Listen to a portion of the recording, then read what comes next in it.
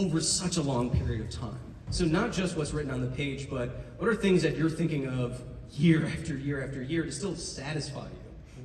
Well, I mean, one of the amazing benefits to having such incredible source material is you have a sense of where you're supposed to end up. Is that, you know, we're working so intimately with the folks, the architects of this story, that you have a clear, delineated goal that, okay, if we manage to have the luxury of finishing 6 seasons, I need to end up in this place. This character needs to be here by that point. So you can track, like, you know, Holden, when you meet him, is naive and you know, a bit arrogant and young and all this stuff. And by the end of season 6, he's at the table with leaders around the system. And it's like, okay, well, how does this track all the way through? You know, the ability in streaming and in television to be able to have earned beats in character development over time, that's earned, like that you can really invest in, that you can live with, is the great joy of doing it, is that you can show a real evolution of this person that hopefully that you as the audience feel empathy with, that you can understand why they change and move through the story. As an actor, that's the most fun of it, you know. But you have to have the writing there. Like that's the key. You know? Otherwise, you're kind of you're stuck.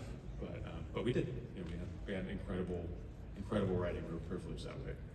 Wes? You know, Amos is the most complicated, nuanced, honest, authentic character that I've ever had the honor to play. And really the preparation, because the way that he moves and the way that he listens and it's so different than me.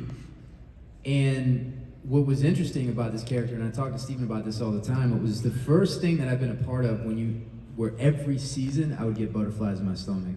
And I would think, I don't remember how I did this. And I would start my preparation, I would start with reading the churn, and then I would go through all the notes that I sat down with therapists and you know, giving them the churn and what they would have. And then all the way up to the thing, I didn't really feel connected to it until I came and put on the overalls and put on the clothes. And then it all started kind of coming back, and the rhythm and the talk and the listening. But the reward for doing something, for playing a character that is so complex and for 7 years, is you really start to understand it on so many different levels. And you understand what is important to the character. What is the character fighting for? What is he striving for, even if he's unaware of it? What is motivating him psychologically? And once you hook into that, it kind of pulls you through. But I learned so much by having this long-term relationship with the character. So true, you're absolutely right. For me, it opened the door with a kick. When I read the first episode, I noticed that my first scene, I'm giggling with my grandson, having a great time laughing. Right after that scene, I'm torturing a bell child, asking him to tell me the truth. And I thought, oh boy, this show is full of surprises. And it went on and on and on. And especially because I had not read the books. Some of us had read the books, but I had not read the books. So every time a new episode came in, I started reading, I myself was surprised. I could have not even thought of, you know, changing the route this way, or,